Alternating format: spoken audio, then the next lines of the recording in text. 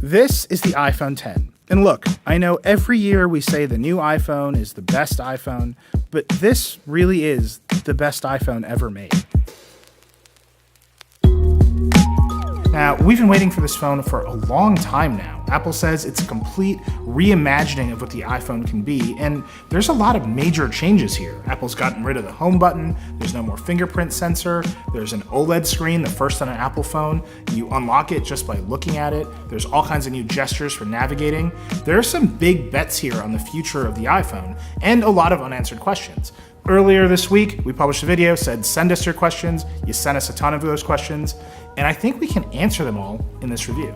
We got a lot of questions about the design and the display, so let's start there. First, there's the notch. There it is. There's no getting around it, there's no point in pretending it's not there, but I'm gonna tell you that after a few days, it's fine. It's not great, but especially in portrait, you just learn to ignore it. It's definitely annoying in landscape though, especially when you're watching video. If you zoom, the notch will definitely cut into the side of what you're watching.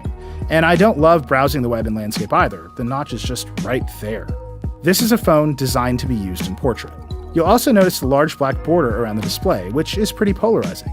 A lot of people I showed the phone to hated it, but I actually think it makes the bright colors of the display pop. It's a very different design decision than Samsung curving the screen to eliminate the bezel. Apple's highlighting what little bezels remain.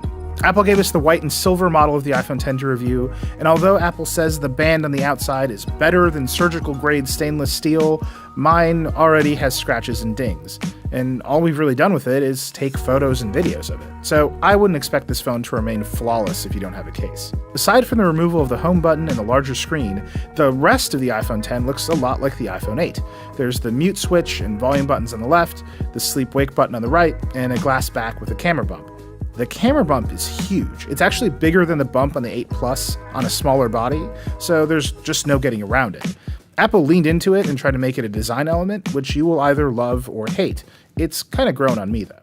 And of course, there's no headphone jack, which sucks on every single phone that omits it. So, notch aside, the screen is great. Apple's using a 5.8-inch Samsung-manufactured OLED display, which it says it custom designed for the iPhone 10.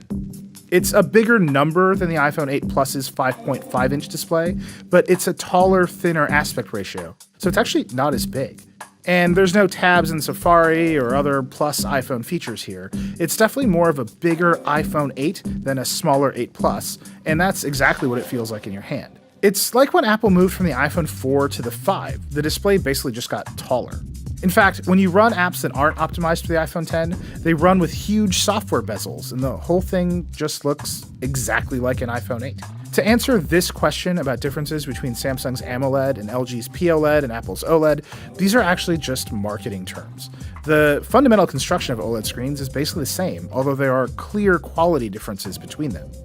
And I have to say that the iPhone 10 is at the top of the class when it comes to quality.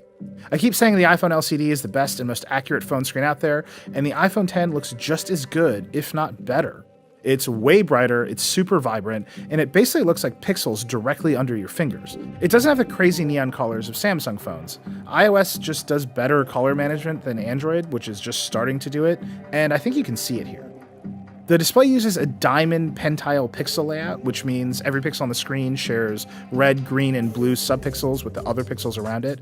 That's different than like the iPhone LCD, which has dedicated RGB subpixels for every pixel on the screen. Now, a lot of people don't like pentile screens, and to be honest, I have not liked them in the past either, but you can't really tell with the iPhone 10 unless you're using a really tight macro lens, which, of course, we did.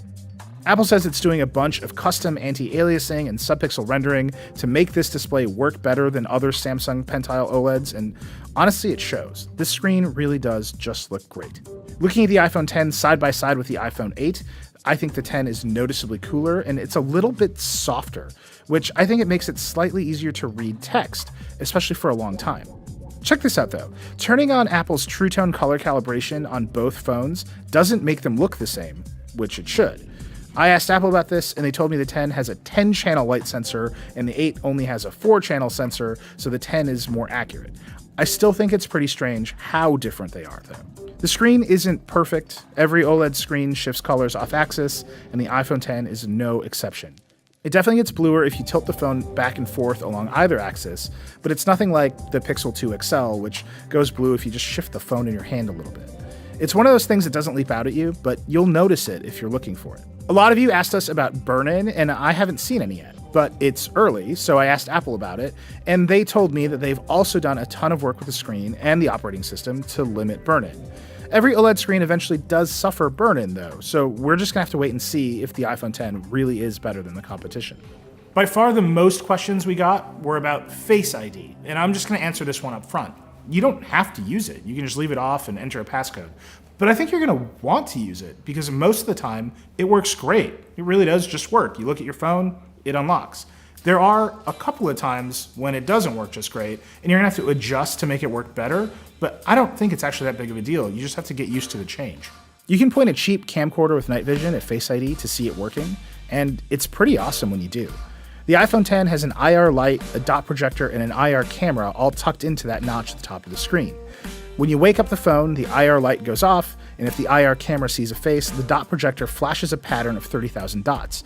The camera then takes a 2D photo, which gets turned into a mathematical depth model, which is sent to the secure enclave on the A11 chip and matched against the stored value. And if it matches, you're in. This all happens really fast. All of this means that Face ID works just fine in the dark. It's shining its own little IR flashlight on you.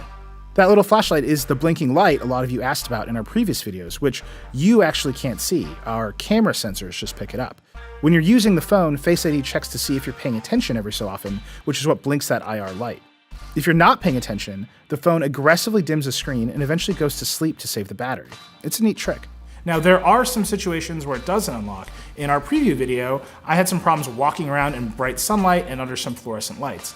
And a lot of you pointed out that I was holding my phone kind of far away from myself as I walk around, which is how I normally hold my phone.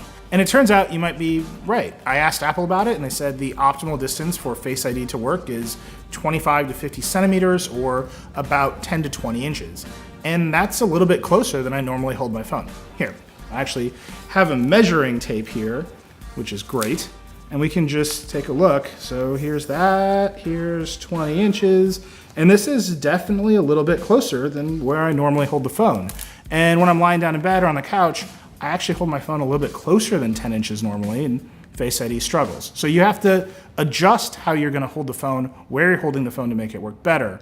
You also have to look at it pretty directly, which means unlocking while the phone is sitting on a table is out unless you look over the phone. We got a bunch of questions about Face ID privacy, but I don't think there's much to be worried about there. Face ID never really takes or stores a photo of your face. The regular front camera is only used during setup so you can see yourself. The IR photo is just used to generate the depth map that's compared to the stored value, and nothing ever gets sent to Apple. It's just a bunch of numbers stored in the secure part of the processor. Now, obviously every system can be hacked, but you shouldn't worry about a bunch of photos of your face being sent to iCloud or whatever. It's just not how it's designed. If you weren't worried about Touch ID, you probably shouldn't worry about Face ID. A lot of you also asked about how fast Face ID is, and the answer is that it varies. Most of the time, in normal lighting conditions, it's so fast that it's almost like not having a passcode on your phone. You pick up the phone, swipe up, and you're in, just like the old swipe to unlock days. But other times, it takes a second. Again, I think that's mostly under different lighting conditions. It's basically the same amount of irritation as a fingerprint scanner. Sometimes your fingers are wet and you have to enter the passcode, and sometimes the light's weird and you have to move the phone closer to your face and wait a second. It's fine. The one thing I will add about Face ID is that it makes it way harder to discreetly check the phone when you're talking to someone. I pulled out my iPhone 8 and just put my thumb on the sensor all the time to check a notification. With Face ID, you have to really look at the phone, which makes it obvious you're not looking at the person. We're all just going to have to get used to this.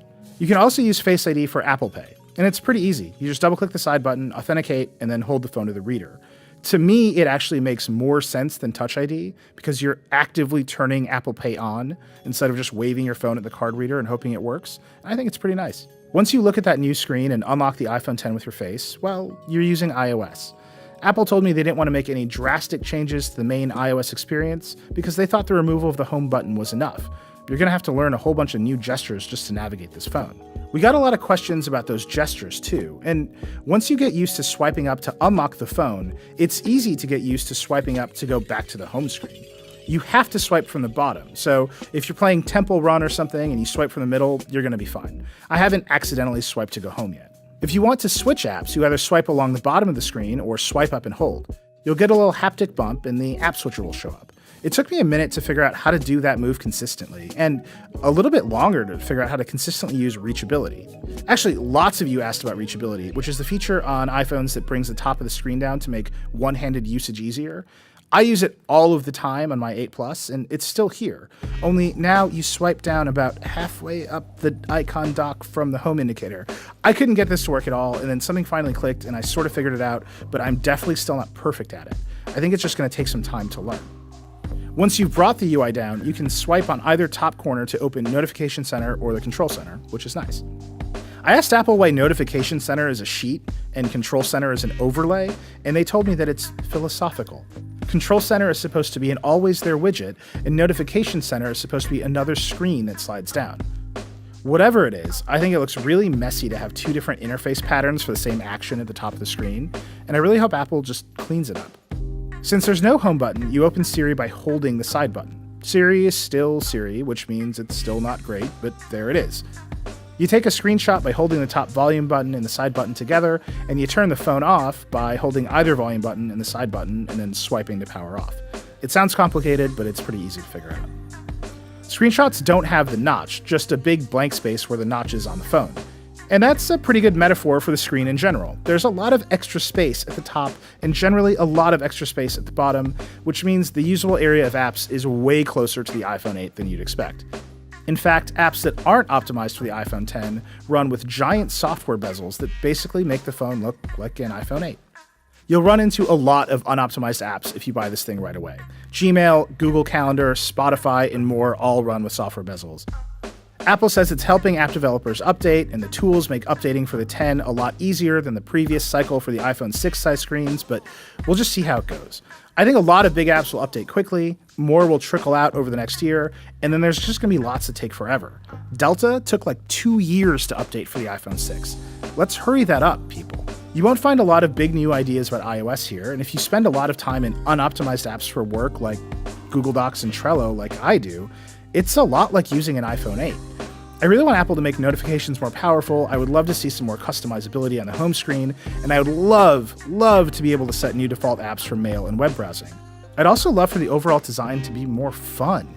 Years after iOS 7, everything still feels pretty stark and brutal compared to the increasingly whimsical version of Android that Google's putting on the Pixel. You know what is fun though? Animoji. We got a lot of questions and comments about this too, and I completely stand by saying they're the best feature of the iPhone X in the preview video.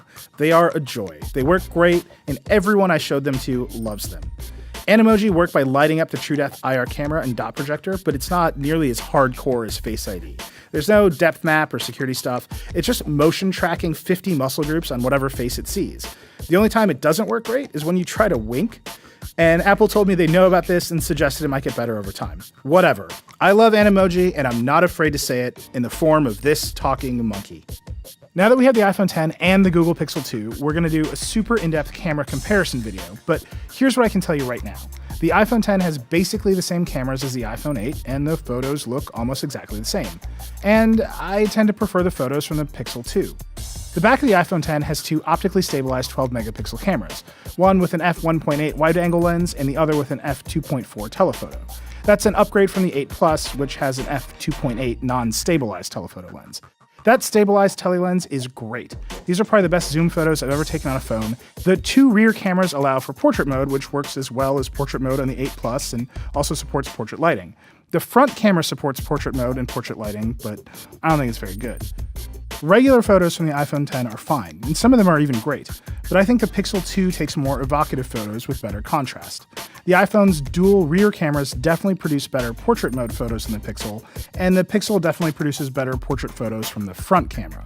And I don't think the Samsung Galaxy Note 8 holds a candle to either the iPhone X or the Pixel 2. All in all, these are both excellent cameras, and it really comes down to personal preference and how much you value that zoom lens. I think I prefer the Pixel 2's cameras, which just seem to produce absolute winners more often. But like I said, we'll be doing a deep dive video with these cameras soon. Apple says the iPhone X should get 2 hours more battery life than the iPhone 7, and while it's been pretty hard to test this week while we've been running the screen and cameras full tilt for this video, I've been pretty impressed. OLED screens generally draw less power than LCDs, and I got great battery life with the iPhone 8, which shares most of the same components as the 10. So just based on what I've seen this week and based on what I know from the iPhone 8, I would expect to go about a full day with the iPhone 10. Just like the iPhone 8, the iPhone 10 supports Qi wireless charging, which means if you have a car like this BMW M550, you can just drop it on the pad and it'll charge up while you go. This car also supports wireless CarPlay. It's one of the first on the market to support the new feature in iOS 11, which lets you connect to CarPlay without plugging in a cable. So all you gotta do, turn on the car, you can drop it on the pad down here. The wireless charging light is up. In just a second, CarPlay shows up. That is the dream. I have been wanting that to happen in a car since the first day I ever got a phone. It is so awesome when it works. It works great in this car.